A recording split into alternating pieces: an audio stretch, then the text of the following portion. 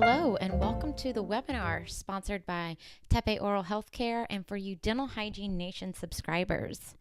This webinar is titled Developing Patient-Tailored Interdental Care for Better Compliance. My name is Michelle Strange, and I am a dental hygienist.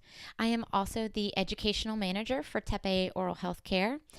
And I am still a practicing dental hygienist. I like to always start this webinar out by telling you a little bit about my background. I have been in dentistry for 18 years now, and I discovered the TePe oral healthcare products about 11 years ago. And so a lot of the clinical photos that you will see tonight is actually ones that I have taken. I have been using the product for a very long time, and I now have partnered with TePe because I do believe so strongly in what it can do for our patients and their interdental health, and really cleaning all the nooks and crannies that our patients often struggle with. I jokingly say they gave me a job because I ordered so much from them, but I just like to give you that background because the things you're going to see tonight or today on this webinar are going to be based upon research, and I'll be sure to make sure I tell you when it's research based and when it's my anecdotal clinical experience with the product. So you'll see those clinical photos, but TePe is very they strongly advise that I make sure that I back everything by research. And so you're going to see a lot of that tonight. But then I'm going to give you some of those tips and tricks that I have learned over the years so that you can feel very comfortable and confident to make the best possible recommendation for your patients and their interdental care.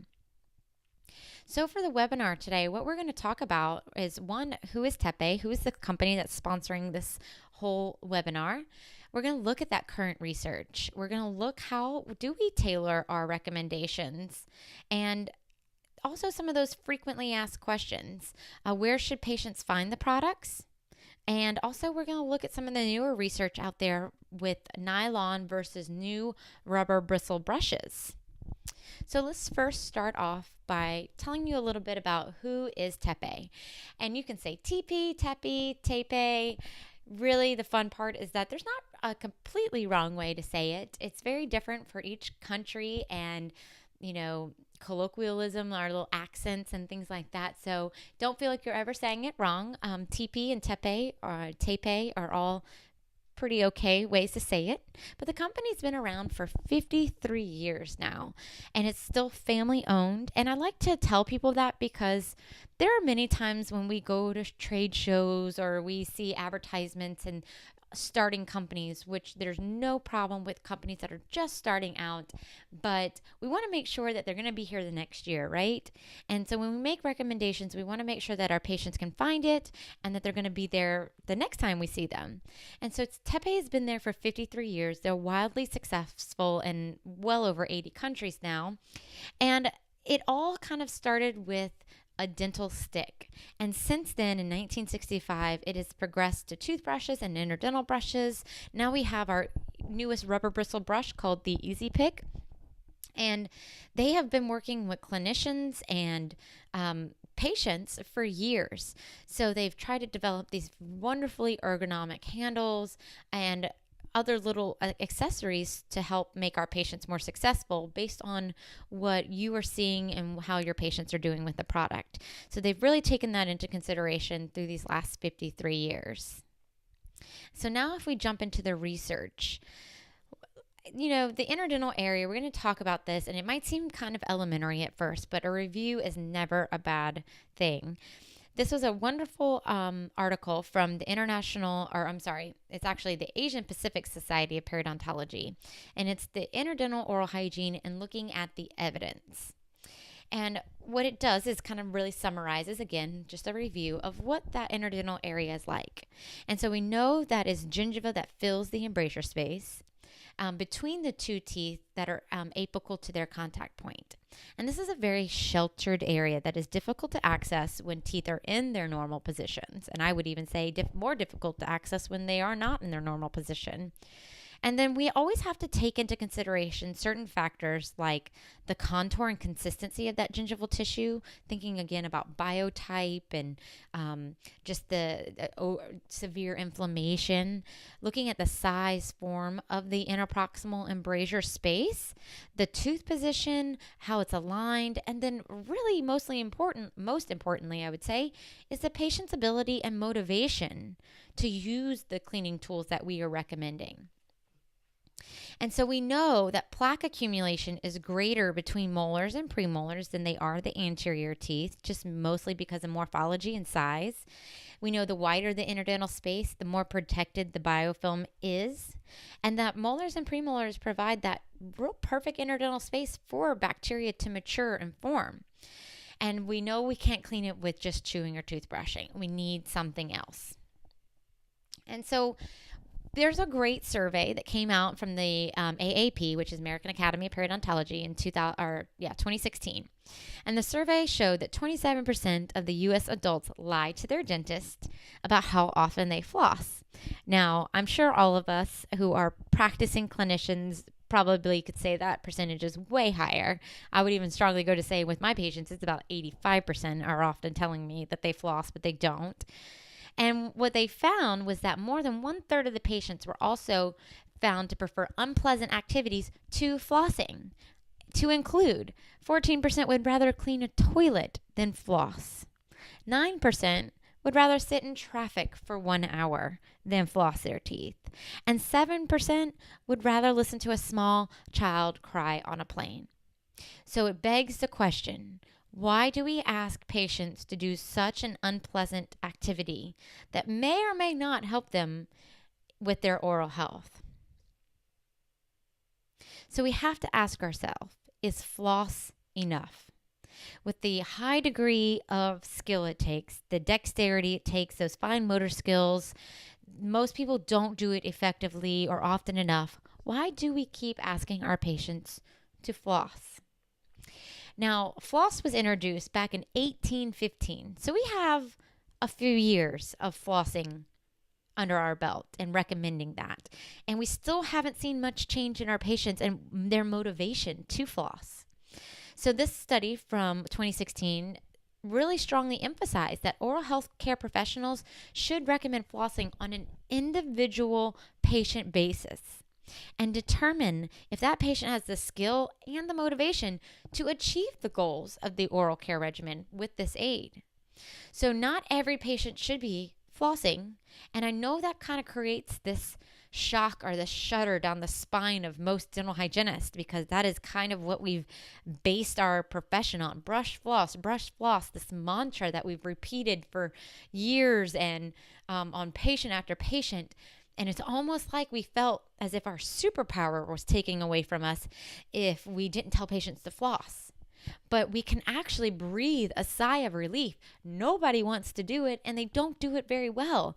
What else can we give them that would make us more successful, make us not be that broken record? And there's so many tools out there. And so I feel as if we should almost like high five each other and be like, yes, this isn't the only thing that we have to recommend anymore. We have other options, and our patients aren't going to lie to us and wouldn't rather be cleaning a toilet than doing the things that we're recommending. I think it's a very exciting time to be in dentistry. And I mean, look at this picture. I mean, you know, people are flossing like this. Even when we tell them, like, wrap it around that middle finger, and we go through all these instructions, this is how they're still doing it. This is how it's depicted in movies and in these types of photos. And we know the use of dental floss has not proven any adjunct benefits in other young populations, such as dental students in this one study from 2017. And the reason for such lack of effectiveness might be due to either the manual complexity of the technique or just the lack of compliance. So we know patients with motivation, good dexterity, and are pre-disease may be good candidates for flossing. It's definitely a case-by-case decision. So for instance, I floss. I have the perfect embrasure spaces for it. I am pre-disease. I am highly motivated, and I have the fine motor skills for it. I and probably most hygienists are very good candidates for this, but our everyday patient might not be the best candidate for that, for flossing as an option. And so when we looked at this study from 2017, interdental plaque reduction, looking at intact papilla, what they found was that interdental brushes and picks appear to be the most efficacious devices for cleaning and disrupting biofilm and cleaning between the teeth. And normally, we used to look at the interdental brushes that were only meant for large spaces, but times have changed. We have interdental brushes in a range of sizes, and there are some out there that are so tiny that they are meant to manage patients with intact papilla so that we don't cause tissue trauma, or we don't rub that wire against the side of the teeth, or blunt the tissue, which has always been a concern with interdental brushes. When we look back at the Journal of Clinical Periodontology and the European Federation's advisory board and committee that they had back in 2015, they created an article on primary prevention of periodontitis, managing gingivitis. And what it came down to was looking at the evidence that cleaning with interdental brushes tend to be the more effective method to clean plaque interproximally. And then when you look at the hierarchy of products, it would go interdental brushes, followed by oral irrigation, followed by flossing. Just looking at the research and level of compliance with the products and how well it cleaned the biofilm from between the teeth. But what it did say is that the superiority probably from the interdental brushes comes from the fact that patients tend to accept it. And we know that there is a strong correlation between ease of use of the product and a patient's motivation. So if we look back at flossing's not easy for everyone. It's difficult, and not everyone has that ability to go up and down without either cutting themselves or put their hands in their mouth that way. It's just not possible for everyone. So it's not as easy to use, and people tend not to use it. However, interdental brushes, if you size properly, tend to be easier to use, and they can be used in many different places, so patients accept it a little bit more. But what this did highlight, and what I would love to strongly recommend in this webinar, is that professional instruction is vital. In order to achieve that optimal effectiveness and avoid trauma from any of our cleaning aids and our interdental cleaning aids, we have to have that professional instruction. And that, I think, strongly should be what a lot of our appointment is based upon, is that professional instruction. So when we look at this next study, the effectiveness of conically shaped compared to cylindrically shaped interdental brushes, what I love about this article is that it is one of the few that actually talks a lot about the size, shape, and texture of an interdental brush. So sometimes we have to be really careful when we read studies that we're comparing apples to apples. And there's not a lot of regulation within the bristle stiffness. So soft is not soft is not soft. If you look at multiple different companies, soft does not necessarily mean the same thing when you look at the definition of soft bristles. And so I really would encourage you, when you touch a brush, see a brush, want to make a recommendation, touch it, feel it, use it in your own mouth. Compare it to what you have been recommending or the other products that you come across. Because soft with one company might be way stiffer than another company. So we just want to be sure that we are always making the recommendations that are going to help our patients and not create trauma. And in this particular article, what they talked about was these tapered version interdental brushes versus a cylindrical. And pretty much what it comes down to, if you are using a tapered bristled interdental brush, to be as efficacious with that brush as a cylindrical straight interdental brush, the patient needs to go from the facial and the lingual aspect. So if that is what you're recommending, that is fine. Just make sure that your patient can take it from the lingual and the facial in order to get that same cleaning efficacy on that lingual line angle. Now, if you know a patient is not going to be so motivated, compliance is already an issue, maybe recommend a cylindrical style interdental brush. That way you can get that full cleaning efficacy all the way through. So as the bristle is inserted, it goes all the way to the lingual, and when it pulls back through, it's going to clean that lingual line angle. What this did talk about, though, is the fact that if you increase the brush diameter, this did result in a higher cleaning efficacy. And this is my opinion, not the opinion of TePe, but I do believe that we as a profession in the US are undersizing interdental spaces, with 50% approximately of the population having periodontal disease. I do believe that we need to go big or go home with some of these interdental brushes, especially in the posterior, especially for disease active patients. And this supports the fact that if you do increase that brush diameter, you do get a better cleaning efficacy. So using something too small can mean that the patient is going through the efforts, they're just not getting that full benefit. It also did reiterate that once upon a time, interdental brushes were available only in those large diameters, and then they were only suitable for those big embrasure spaces. And most interproximal spaces, especially in the anterior teeth, are small. However, those premolars and molars have typically a larger interproximal space and typically are better accessed by interdental brushes.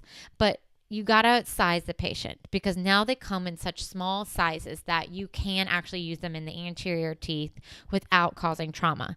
But it comes back down to professional instruction and helping your patients choose the right brush that fits them and their space, their level of disease, and their physical fine motor skill and capabilities. So again, it just reiterates that there are newer interdental brushes that are available in diameters that can accommodate now most embrasure spaces. But we just have to go back to that oral hygiene instruction so that we find the right product. There was also discussion once upon a time that interdental brushes may cause potential damage. However, this has not been shown in vivo or in the mouth. And I think that that would be true in a lot of cases if the patient was not sized properly, they chose something too big. Or maybe in a case where they had oral mucositis, previous like radiation, severe dry mouth, thinner biotypes. But we are all clinicians with ability to have great critical thinking skills. And I think if we look at our patient and we feel the brushes that we're recommending, that we can all make good decisions for our patients and help guide them to find products that are right for them. And if there is the potential to damage that periodontal tissue, that we just make recommendations based upon that. Not that making the assumption that all the interdental brushes are going to either be good for patients or create damage for patients. So I'd like to touch on oral irrigation, and I do believe that all of the products that patients use are wonderful complements to each other. That, sometimes I have patients that will do well with one particular product and the next patient does much better with a combination of products, that they can all complement each other, and it's going to be tailored upon that patient and their lifestyle and their level of motivation and, their inflammation. And what I like about this article that came from the Asian Pacific Society of Periodontology is that it highlighted that oral irrigators don't necessarily reduce plaque scores. However, what it does in a very simple way to put it is that it changes the environment of the sulcus.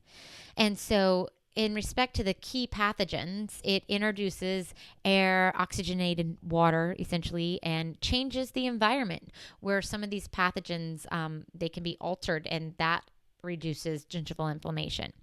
So if that's your recommendation, your patient's doing a great job on it. I say if it's not broke, don't fix it. But there's also other products that we can recommend that they can complement each other. And, if a patient's traveling and they can't take a big sink unit, here's your alternative. Or maybe on Tuesday, Thursday, Saturday you do this, and on Monday, Wednesday, Friday you do this other tool, so that they don't feel that shame that they haven't completed their recommended homework that we have given them.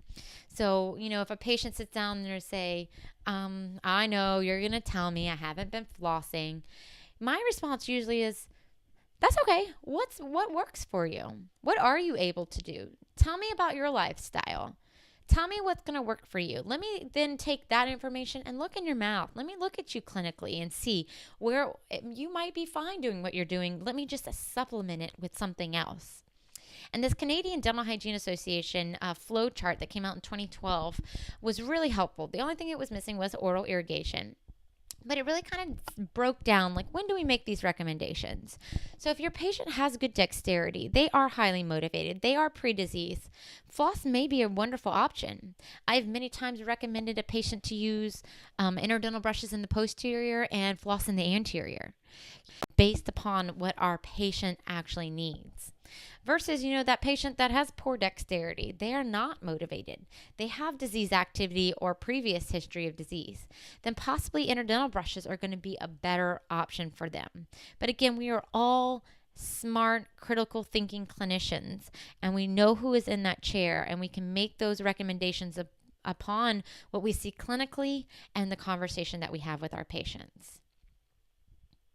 I absolutely love this diagram. It is such a great learning tool. A picture speaks 1,000 words, right? And in this particular picture, what we're depicting is that floss is going to hit the high spots, but it will never get into those curvy root surfaces. And that's what I tell patients. It's hitting the mountain peaks, but it's never getting into the valleys. And at this point, you have lots of valleys between your teeth because of disease, because of ortho, because of anatomy, whatever it is. And so this is why I would like for you to use an interdental brush so that we can engage even the curviest part of the tooth surface and clean as much biofilm as we possibly can for them. And when I show them this, they really get it. And I love this video as well because you can see where the floss would miss, but an interdental brush is actually going to sweep into the curviest parts of the tooth and really engage those surfaces. What I also would like for you to note is that the wire is close, but is not touching the sides of the teeth. So that's kind of an important thing to remember when we're sizing. We want the bristles to be snug, so that they're going to collapse as they're inserted, fluff out into the curviest parts of the tooth, and when they hit that lingual line angle as we pull back through, which is why you also like those cylindrical style brushes, it's going to engage that lingual line angle as well. So snug fit, but not the wire touching the sides of the teeth. And so we get that feeling, and patients get that feeling, they get that galvanized shock and things like that. So we can size down if we feel that the wire is ever touching the sides of the tooth or the dental implant itself. So when we look at the interdental brushes from TePe Oral Healthcare, everything is still made in Sweden. They really take pride in that and the fact that they think about all those environmental things and ergonomics, and they create really wonderful quality products. And for their interdental brushes, they do have 9 sizes. The wires are all plastic coated, so they are safe around implants and safe around those sensitive root structures. And they are color coded for size, which is something that I really love. And again, I'm a clinician that has been working with the product for many years, and I can remember probably, a dozen years ago when I didn't have the color coding system, I was frustrated and didn't know it. I was having that conversation of, well, what do you have? Is it straight? Is it Christmas tree shaped? Do you know what brand it is? Do you know what store you got it from? Like, what are you using? Can you bring it next time? Can I see what you're using? I want to make sure that you got the right size. Like, I didn't have a way to compare apples to apples. And that was really frustrating because when I turned to the color coding and I would say, hey, remember that green brush we used between the molars on that bottom right side? How's that going? And if they were like, oh, I just got something from the store, I'm like, nope, that wasn't the right size. I need you to be using a green. Or they'd say, no, I get the yellow there. And I'm like, well, the yellow's a little too small. Let me size you again. And we go, yep, a green is your color. And we can be consistent, and the patient knew where they were supposed to use it, how they were supposed to use it, and that they were always getting the right size. The other thing is that the wire is going to grow in diameter as the brush grows. So if I were to size a patient with a purple interdental brush and I felt that wire was a little too close to the sides of the teeth, I would size down to a green because that wire is going to shrink just a little bit, or green to a yellow, or yellow to a blue. So you can make sure that the wire is not touching the sides of the teeth, but the bristles are still snug, which is a wonderful thing. So last year, TePe actually had a change in the color coding. So now everything's a little brighter. So if you were used to the interdental brushes being a darker hue, know that they are still the same size, same quality, just a different color now. What I do like about the original shorter handle interdental brush from TePe is that the wire is long. And here you can see where that wire is just barely poking through, but those bristles are already engaging that lingual line angle. And so as that brush goes all the way through, or if it doesn't even go all the way through, I know we're cleaning areas that would otherwise be forgotten with a shorter wire or a tapered bristled brush. So again, if you are recommending those tapered bristle brushes, that's fine as long as your patient goes from the facial and the lingual aspect. There is a second interdental brush line with a shorter handle called the TePe Gentle Care or Extra Soft, and it is pastel in color. So it is the same color coding system. So a purple in the original line is the same wire size as the lavender or lighter purple in the Gentle Care softer line. And what you'll notice is these are extra soft bristles, so they're going to be great for anything that's post-surgery, post-laser, post-radiation, severe mucositis, maybe even your lichen planus or pemphigoid patients. And these are two pictures of mine. One was an erosive lichen planus patient and one was a pemphigoid patient. And in the case where they would have these breakouts, these autoimmune breakouts, they would just switch from their original line to the extra soft line. And what they would tell me in the feedback is that it didn't feel, even though the soft line is very soft, it still felt so aggressive when their mouth was in that very fragile state. And with the extra soft line, they felt as if it wasn't as aggressive on their gum tissue. However, I will tell you that the extra soft does not disrupt as much biofilm as the soft. So I tried to encourage them not to go much more than 2 weeks. But, look at your patient and, if there's somebody that's suffering from oral mucositis as they go through cancer treatment, I would take a extra soft bristled brush over nothing at all. So again, using those critical thinking skills, but just kind of keeping in the back of your head that it does not disrupt as much biofilm. But you know your patient in the chair and you can have that conversation with them. The third line of interdental brushes is an angled line, and this is going to come in 6 different colors, and it's going to be great for anybody with dexterity issues, trying to reach those posterior teeth, for any fixed appliances maybe. The wire is a little bit shorter. The color coding is the same though, so if you sized them maybe originally in the shorter handle green brush, and when they came back, you noticed that when you watch them use it, they weren't using it as well. They were struggling. Go ahead and flip them over to the longer handle in the green, same wire size. It just creates a easier angle for them. Some things to note about this is that the piece is the same, all one piece. So you cannot replace the bristles of the brush on this. And the reason that changed from many years ago when they were replaceable was the fact that, again, we were listening to clinicians and patient feedback, and if anybody has a tremor or their vision isn't as great, so thinking kind of our elderly patients, they would struggle with getting that bristle or that wire or that little snap in there. And so they made it all one piece so that everyone could use it with that good grip and not have to struggle with that. Now, I will tell you, this is completely me and my clinical experience, that I typically size a patient if they are pink, orange, red, or blue with the longer handle and the angle line. And the reason is because, especially when we look at that pink guy, that wire, it is small and it can be a little flexible, and that's meant so that it doesn't damage the tissue, so that we can have it being used with patients with intact papilla. However, when we put it on that 90-degree angle, patients tend to insert it a little bit easier without bending or it collapsing. So that's just me and my recommendation. Sometimes I use just the pink through the blue in the longer handle, and I like yellow to gray in the shorter handle. But you use it as you feel works for you and your patients. As I mentioned, that wire is a little bit shorter, so sometimes I do recommend it going from facial to lingual, especially depending on the level of disease. If I'm battling furcation involvement on the maxillary molars, or if those molars are just very large teeth, sometimes I go from the facial to lingual.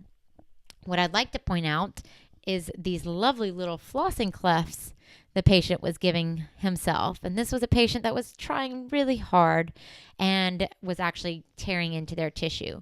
So just because they can doesn't mean they always should be a flosser. And I don't want to be an anti-flossing campaign because, like I said, I think there are some patients in the right hand floss works, in the right hand and the right mouth floss works. But in certain cases, it actually can create more trauma than any benefit. And this study even mentioned that even those who do floss are often not using the proper flossing technique. They quickly pass the floss through those contact points and don't sufficiently deplaque the interdental surfaces. As you can see here, where another patient was tearing into their tissue. So I actually sized them with an orange. And again, because it was smaller than blue, I went with the longer handle just to make it easier for insertion. So some interdental brush frequently asked questions. How often should you use the brush? I say every day. If you're recommending them to clean between their teeth and you're not having them alternate it with another product, every single day. We got to disrupt that biofilm if it's interdental brushes or whatever works for you and your patient. Can you use the brush several times? Yes, you absolutely can, but each brush will wear differently. So for instance, that little pink guy, every day, every space, it's going to wear a little bit faster than the larger gray or black that's used in usually just 1 or 2, maybe 3 spaces, and may or may not be used every day. That's going to wear much less than that little pink guy. So I tell patients, look at the brush. You'll know when it's time to change that brush if those bristles are not fluffing back out to that 90 degrees. So again, helping them take some accountability in their home care routine and regimen. I tell them, monitor those brushes. Know that if it's not fluffing out in between or outside of your mouth, it's not fluffing out in your mouth either. And so if it looks like this, kind of dead, dying interdental brush, it's time to move on. So just change it when that brush looks worn. I will tell you as a little tip and trick is that as patients do use interdental brushes more frequently and they get better about it, they tend to wear less. And I tell them that. If they've never used an interdental brush and this is their first time and they're just getting used to it, they're probably going to go through a package much faster than in another month to 2 months to 3 months. It's all going to be based upon how well they use it and also how frequently they use it. The other question I get is how many brushes per patient? And, each patient is going to be different depending on their level of disease and the anatomy in their mouth and all those variables that we have to take into account. But on average, they're about 2 sizes. Occasionally, I have an outlier patient that is 4 sizes, and I have a wonderful periodontal office in the Boston area that will not hesitate to size somebody with 6 sizes. And, that's going to all depend on your patient's motivation and how well they comply and how likely they are to use it versus going into surgery. I would joke with my periodontal patient that, what I teach them is going to save them a lot of money. And so if they want to spend $1 on an interdental brush, that's going to be way less expensive than dental treatment. And some would be on board with that and some would just hear it and keep on going.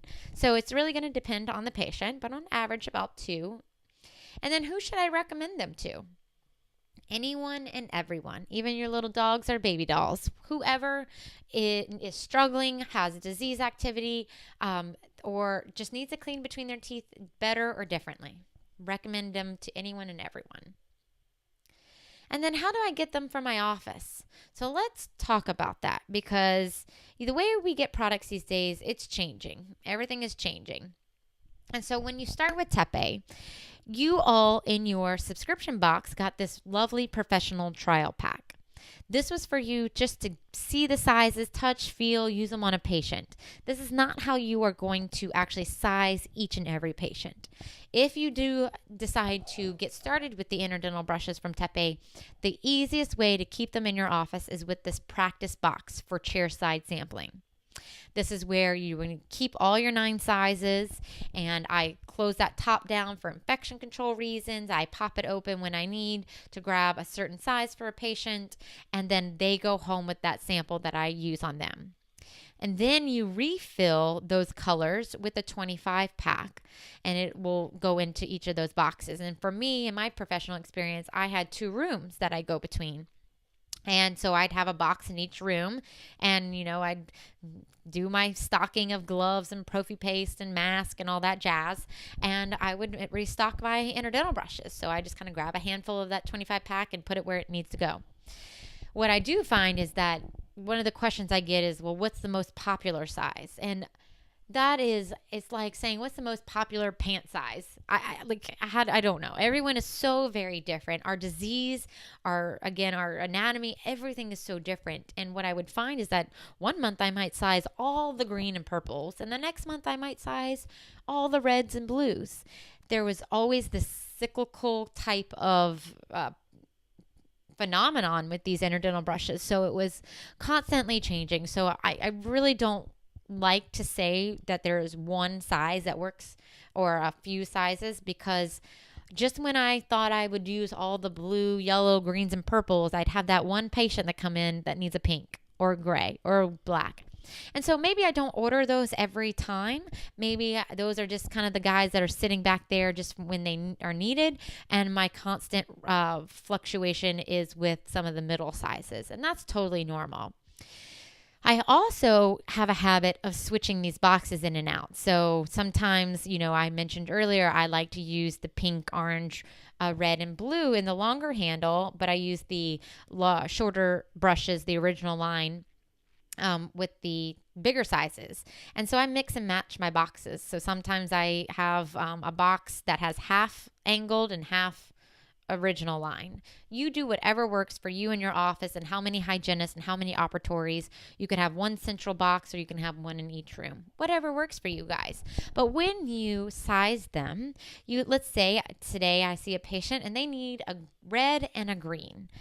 I can do it multiple ways. I'm going to give them that sample that I used on them, but the patient is going to need a 6-pack of that color. And that 6-pack can come in many different ways. You yourself can order the product through us, TePe Oral Healthcare, or TePeUSA.com. You can also go to Elevate Oral Care and Benco Dental if those are your supplying agencies that you work with. Otherwise, again, you can go straight to TePe. If you order as a dental professional, go to our website, TePeUSA.com, and click Dental Professional, sign up online, or you can call and place an order. And the reason that you do that is because if you look right now on the website, you're going to see retail pricing, and you actually get a professional discount. So it does drop the price of the interdental brushes. And if, for instance, I see that patient and I recommend that red and green brush, I'm going to circle it on an order form that comes with all of the orders. It's like a little prescription pad. The patient can then go online. They can call toll free. They get free shipping on orders over $25. They save 10% over $50. And there is an option to subscribe. And this order form has all the toothbrushes. It can be flipped on the back, and there's an order form there so the patient can mail it in with a check if that's still how they're doing things in 2018. But it still works for all of those people. Otherwise, you can dispense it in the office. This is what I have done for many, many years. It's a level of convenience and service that I believe we can offer our patients. Out of sight, out of mind sometimes. They don't always follow through. And we sold it in our practice. And this can work for you however it needs to work. So for instance, I sold it. We believed that if they were going to have a fluoride toothpaste or a chlorhexidine rinse or a toothbrush head that they needed for their electric toothbrush, they were going to buy it, because if they put a little skin in the game, they tend to use it. And so sometimes we would give things away, but a lot of times we did sell it for the cost of what they would get it either over retail or for a little less, so that they saw that it was a level of convenience for them. Or they can actually go to TePe USA, and we are also available on Amazon, and they can always call the office as well. I do encourage my patients to subscribe If they go to that tepeusa.com and they choose their brush and they hit that subscription, they can have it delivered every 1, 2, or 3 months. They save 30% off the price. So that essentially drops the $6.99 retail pack of a 6-pack down to almost $4.89. So patients really save. And you know what? It loses that excuse of, oh, I ran out. I forgot. It was on my to-do list. And then all of a sudden I'm here and I haven't been using them for the last 2 months. Or, if they're a recall patient that's coming or getting seen every 3 months, but they're alternating with your office, maybe the other office isn't necessarily making the recommendations that you are. And the patient will say, well, that last one took me 3 months, but I saw the other place and I ran out and they didn't remind me. So, patients have all the excuses in the world, but if it's in their mailbox and they have them routinely, they hopefully will use them. And so we increase that level of compliance with the subscription service. So let's take a moment, and I'm just going to quickly go through this because, if you're only used to using 1, 2, 3, maybe 4 sizes of interdental brushes, to flip to 9 sizes, it's a little overwhelming. So where do we start? So one of the tips and tricks that I do for patients, still to this day, even after 11 years of sizing, is I use my probe. I've measured many probes, and typically speaking, the probe is about the same wire size as a blue. So if I insert this probe, as I'm doing here, I typically can get myself between 2 sizes. So in this particular case, I was using the probe, but I was nowhere near touching the sides of the teeth. So my first guess was a green, which fit, but I felt like I still wasn't getting it as snug as I wanted. And so I ended up going with a purple. But it got me between 2 of those sizes. So if the probe is touching the sides of the teeth, you're probably at a blue down. If it's not touching the sides of the teeth, it's close. You're probably at your yellows. If you're going through like I am here, where I got plenty of room, you're probably in your greens and purple. And then, you got all the space in the world for the grays and the black. So just again, to reiterate that, here in this particular case, I was inserting my probe, but I was not touching the sides of the teeth, but I was close. So yellow was a perfect size. In this particular case, I could not even get that probe all the way through. So I ended up sizing them with a pink, and in some cases, floss or oral irrigation might be perfectly great for these patients, but pink fit very well, and the probe helped me figure that out. So at home, in wherever you are right now watching this, I want you to all just take a moment, and we're going to play a little game called Guess That Embrasure. And I want you to guess what color would fit these embrasure spaces. And while I'm going through this, I'm going to give you all a little bit of background and just take a mental note of what color do you think would fit in these spaces. So in this particular case, we have a type 3 embrasure space, obvious attachment loss, we got root surfaces, we have now restorative margins to contend with. So when I inserted this probe, I was not anywhere near touching the sides of the teeth. And the answer was purple. So this particular one, what I want you to highlight is the fact that it's not only cleaning the mesial distal surfaces, but look at the circumference of that embrasure space. Look underneath that contact point where we have that restorative margin that we have to contend with. Now look at the lingual aspect. Look where it's fluffing back out. So as we pull it through, we've engaged the circumference of that embrasure space down into the sulcus, the mesial distal surfaces, the lingual line angle, and that contact point. This next one is a little bit more advanced. We have had root surface decay. Now we have a crown margin, obvious attachment loss, disease activity. But I want you to note also how healthy it is. It's not red, it's not boggy, it's tight and it's snug, and that's because this patient was using the properly sized interdental brush to maintain this space. and we were able to use a gray. Now, I usually get black as the choice, and you are not incorrect. I do believe I could have gotten a black there, but black is our newest color that is in the TePe line, and that was not actually on the market when I took this picture a few years ago. So black or gray would be a really good answer for this. So you also have to think about who are your patients, what services do you offer in your practice. For instance, this particular patient was in my outreach program where home care and non-surgical therapy are really the only tools that we have to manage, just because we don't have dentists to help perform these services, and also because of the socioeconomic status. Affordability is an issue. So if that is the case, my goal is always to do the best job I can do non-surgically, and then get them a interdental brush that's almost going to blunt the tissue. I want to do that tissue compression because you can see here where we have a periodontal pocket. So I want to make sure that that is manageable. And that's going to happen between gingival stimulation, home care management with biofilm, or biofilm management with home care, and then non-surgical. So I actually tried. I almost call this like the Goldilocks of interdental brushes. So we know that 2 out of 3 studies that assess probing depth reduction showed that it occurred more pronounced with interdental brushes than with floss. And so we had disease, we had bone loss, we had a bony defect.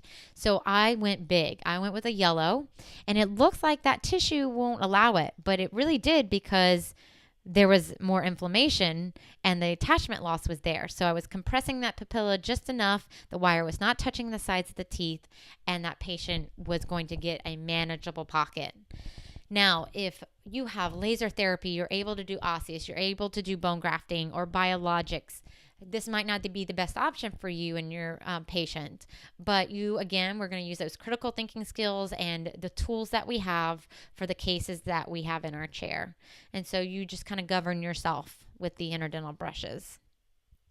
Here we have another case where we have a larger embrasure space. The probe was not touching the sides of the teeth. The tissue was already blunted, so I was not concerned. So I did go a little bit bigger, and I ended up with a purple. The wire was not touching the sides of the teeth, but you can see it was a little close. But what I love about this picture is that occlusal shot. Where are our patients struggling? Those lingual surfaces. They miss it with a toothbrush. And if we can manage to find a product that's going to help complement that toothbrushing technique, that's going to kill 2 birds with 1 stone, how wonderful is that? So here you can see where a cylindrical straight bristle with a longer wire will actually help maintain that very strange transition for some patients between a molar and premolar. And so killing 2 birds with 1 stone, who doesn't love that? So the pushback oftentimes is using interdental brushes on the anterior teeth, and I do believe that we do have to be cautious with that. And, if it was, again, I've mentioned with many of my patients, I've said floss the anterior teeth where you don't have disease activity. You can manage those just fine. Let's do something in the posterior with interdental brushes. Here, we have already had attachment loss. We've had recession. That tissue is already slightly blunted. My problem with this case was decay management. Caries management. Those root surfaces were starting to get a little sticky, and so I kind of went big on this one because blunting the tissue wasn't necessarily a big concern. It was disease management. So for this case, as a hint, the probe was still not touching the sides of the teeth. So this embrasure space is a little bit larger than it probably appears. And I ended up with a green. Oftentimes people recommend red or blue, but you can see here where now we're getting into that sulcus. Look at that lingual aspect. Where are we always scaling with our patients? Those lower anteriors are, that's what we battle every patient, almost every appointment. And if we can have a bristle of an interdental brush, again, helping us maintain some of the brushing surface, wow, great. 2 birds with 1 stone. I also used this interdental brush as a delivery method, as a vehicle. And in this particular case, I believe I used, like a MI paste or a fluoride paste or a arginine paste, whatever it was, to help manage the caries. So I'd have them put it on their interdental brush and use it between the teeth. And so you can use these interdental brushes as a vehicle to dispense and apply your medicaments. In this particular case, what I like to tell you about this is that sometimes root proximity is tricky.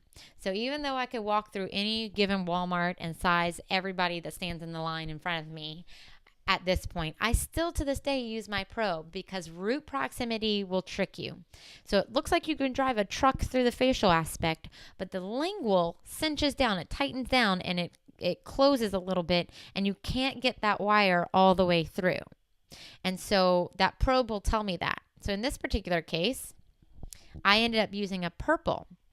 And you can see from this occlusal shot that root proximity changed. You got a little crowded. And I see that a lot on my maxillary molars for whatever reason. Just it changes. And so sometimes looks like I could get a gray in there, but I can't because the wire is too big to go all the way through. What I like about this one quote is that mechanical depression of the interdental papilla is induced by interdental brushes, which in turn causes recession of the marginal gingiva. This together with good plaque removal could be the origin of the improved reduction in pocket depth. So sometimes, again, even if it's in the anterior and it's already diseased and it's already blunted, I go big so that I can create that tissue compression to create gingival health. This particular photo was an example of a patient who had disease activity. We had a bony defect that we were trying to contend with, but they had never used an interdental brush before. And they were uncomfortable. It was too snug. It felt weird to them. So I ended up sizing them smaller than what I would have liked. And here I used a yellow because it was not as stiff or snug, and they inserted it with ease. And when I saw them again, it was a healthier site because we decreased some of that inflammation, and I ended up getting a green in that area. So this is something that can also be staged with your patients. If you find that they're struggling to insert it because it's too snug or inflammation is too much. In fact, I saw a patient this morning where I was like, I can't get this through there because it's hurting. It's too tender for you. So what I'm going to do is size you down and you work with this. Or use one of the rubber bristle brushes to stimulate that tissue and get it a little bit healthier so that we can get the proper size in there without you struggling. And this is what happened here, and it worked out really well for the patient. So this model is something that I often show at dental shows. And I ask patient or hygienists and dentists and assistants for that matter to size. What size would you fit there? And most of them choose the yellow or the green.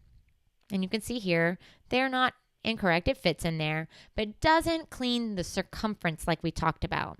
And as we go bigger, the wire is never touching the sides of the teeth, but you can see where those bristles become a little bit more snug. They really branch out. They're going to clean into that actual contact point down into the sulcus, do that tissue compression that we just mentioned, and clean the mesial and distal surfaces. And as I flip it over, and when we especially talk about this area, these maxillary molars with furcation involvement occasionally, what you'll see is that cylindrical brush, as it gets pulled through, look where it's engaging. So again, I size depending on the patient's disease status, what our options are for future treatment, and what they're physically able to do and motivated to do. So as we move away from the nylon bristled brushes, as we just saw, and move into the rubber bristle brushes, TePe has a version called the Easy Pick. It's kind of the evolution of the toothpick. I tell patients kind of like toothpicks on steroids. It's very flexible, it's very durable, and it has the little nubs on there, little lumens on there. And I oftentimes actually use the Easy Pick to size the interdental brush. So for instance, if I use that smaller orange one, if I just get that tip in there, I know I'm probably about an orange. If I can get it in a little bit more, I'm probably in the reds. And then you can see where as I insert it even more and more, I can get I understand that it's all the way up to the green. If I can get it all the way through, I know I'm in the green. Or the blue for that matter, it's a little, if you already know that you're in your blues, like that patient is not going to be a pink, orange, or a red, you can start with the blue, larger rubber bristle brush, the Easy Pick, and size that way. So that's just a helpful hint. And again, you practicing with that will get much better. It took me probably about a 2-week trial to get really used to sizing. And after that, again, I could walk through any given gas station and size a patient visually. So some things that are really cool about the Easy Picks are they're that long working length. They're very durable. They're very flexible. They're made from silicone. They have a very large contact area.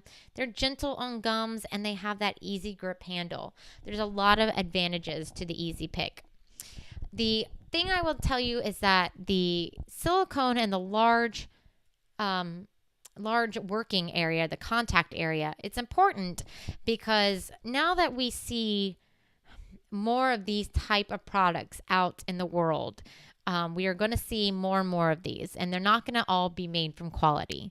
So if you were to compare, let's say, a broom versus a rake, or in this case, a spatula versus a spatula missing most of it with the spike type of spatula, you're going to definitely disrupt more biofilm and stimulate the tissue in a different way. So looking for a product that has a larger contact area would be more advantageous and more efficient for your patients.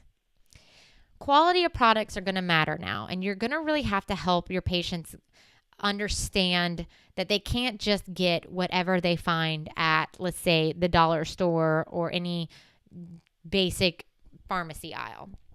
Now that we know that these are going to be out more and more, we know that the quality is not always going to be there. This particular one is actually one that I used. That little spike where that arrow is got stuck between my contact, and I thought I was going to lose my mind. It was the most frustrating thing. And if I can do it with good dexterity, knowing how to use these products, patients are going to do it. And it's going to be difficult to get them out, and it's going to be frustrating. So having the actual rubber part being all one piece, so you don't get that pulling away of those little spikes, and again, that larger contact area is going to be important. And helping patients know that, the analogy today was I had a patient that's been a maid for 20 years, and I said, do you think that every scrub brush and every cleaning aid that you use on a tub are the same? And she was like, no, I don't. They're all different. And, sometimes I have to work harder with certain ones. I was like, exactly. And that's how we have to go into thinking about our home care products. Just because it's cheaper doesn't mean we're going to do a better job or it's going to be as efficient, and we might create more work for ourselves. And so there's not a lot of studies out because honestly, when we look at the nylon bristled brushes versus the rubber bristled brushes, nylon has been out for decades upon decades, whereas we're just looking at, less than a decade with the rubber bristled brushes that are out there. And so now that we're getting some randomized clinical trials, it's really great. And what we are finding is that patients with intact papilla are usually accepting of the picks as a method to manage their papilla. They like them better. That these were a little bit more efficacious, especially with the interdental brushes and the picks versus flossing. And that patients, they found that they were getting this compression on the tip of the papilla with these rubber bristle brushes, which were actually aiding in some of the decreased inflammatory edema. And so we know that you don't get tissue compression with floss, and that's why patients were getting a little bit healthier with these products versus floss. However, so essentially, if we can sum this up, is that patients that are pre-disease, that have good dexterity, that are motivated to use these, this is probably a great tool for them. And it can do, in certain cases, replace flossing. It's all going to depend on the patient. And again, you as a clinician using your critical thinking skills can look at the patient and decide that. But it's not necessarily a bad thing if this is all patients are using. Think of your ortho patients, think of your teenagers, think of, young adults with those lower anterior lingual retainers. Maybe this is fine for them. However, if they do have disease activity, they do have larger embrasure spaces like our periodontal patients often have, that interdental brushes with the nylon bristles are still the suggested choice. They are still going to be more effective than floss and in oftentimes these rubber bristle brushes. So just look at your patient, and if they're pre-disease, capable, able, young, they have that intact papilla, these might be a great choice for them. Otherwise, switching them and making sure they're using the proper size interdental brush will be very important.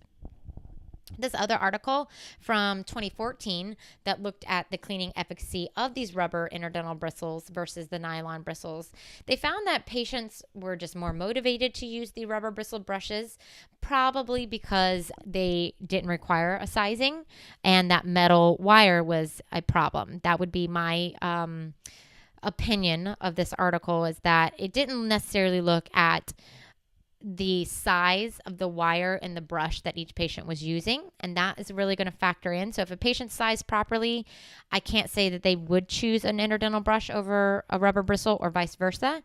So you just want to make sure that they are sized properly. But if your patients choose a rubber bristle brush and they're pre-disease, then so be it. However, what it did find is that the rubber bristle brushes showed more plaque accumulation compared to interdental brushes, but both showed a decrease in inflammation. So if your patient is struggling with calculus or biofilm is an issue and you want them to do a better job at disrupting that, you probably would be best to recommend a nylon bristled brush. So again, I am not an anti-flossing campaign. I hope that it doesn't come across that way, because we actually do have floss with TePe, and I do believe that floss works. We do have this bridge implant floss, which is a very thick type of floss. It's really great if you're doing that circumferential lassoing technique around implants or around ortho patients.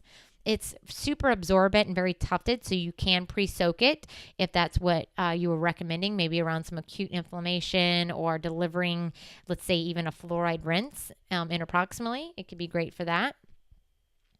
And then you can see here where we're doing that circumferential flossing around a dental implant without any abutment issues, not snagging the floss. It was a very well done crown, and it's a great thing to do with that circumferential flossing. It's also very tufted or stiff I should say, so you can insert it underneath some of these fixed prosthetics without it bending, which is always a frustration for me sometimes. And so just to sum up and talk as we end this webinar tonight, compliance, it's the biggest piece of the puzzle. And we know that. We can make our recommendations all day, every day. We find the perfect tool. But if a patient's not going to use it, it's not going to work for them, right? And so we want to make sure that we find products that a patient is actually going to use. So I would like for you to think if you've ever walked down a pharmacy aisle and watched someone stand there. There's all the colors, all the mouth rinses, all the paste in the world, and it is very difficult for a patient to choose. And we know that marketing research tells us that a patient typically is going to choose the cost or the color.